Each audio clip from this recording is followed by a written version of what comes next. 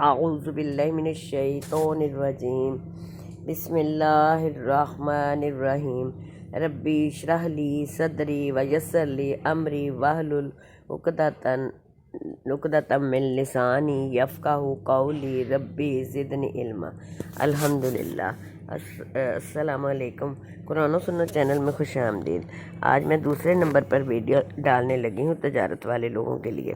حضرت عمر رضی اللہ تعالیٰ عنہ سے روایت ہے کہ ایک شخص نے ایک دفعہ نبی کریم صلی اللہ علیہ وسلم کی خدمت میں حاضر ہو کر عرض کیا، شکایت کی کہ دنیا مجھ سے بھاگ گئی اور پیچھے چلی گئی ہے، میں غریب و تنگ دست ہو گیا ہوں۔ آپ صلی اللہ علیہ وسلم نے فرمایا، تم فرشتوں کی اس خلائق دیگر مخلوقات کی اس تسبیح سے کہاں غافل ہو جس کے ذریعے ان کو رزق دیا جاتا ہے؟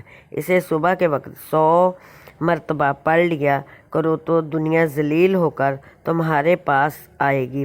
اس نے اسی طرح کیا۔ کچھ ہی دن ہوئے کہ وہ شخص آیا اور کہا، اے اللہ کے رسول صلی اللہ علیہ وسلم، بہت دنیا آ گئی ہے، اسے کہاں خرچ کروں؟ آپ صلی اللہ علیہ وسلم نے فرمایا، اسے اپنے اہل و عیال رشتہ داروں پر خرچ کرو۔ تسبیح 100 بار۔ تسبیح یہ ہے، سبحان اللہ العظیم و بحمدہ، سبحان اللہ العظیم، استغفر اللہ۔ اللہ عظیم اپنی تمام تعریفوں کے ساتھ اور ہر عیب سے پاک ہے۔ اللہ عظیم ہر عیب سے پاک ہے۔ میں اللہ سے اپنے گناہوں کی معافی مانگتی ہوں۔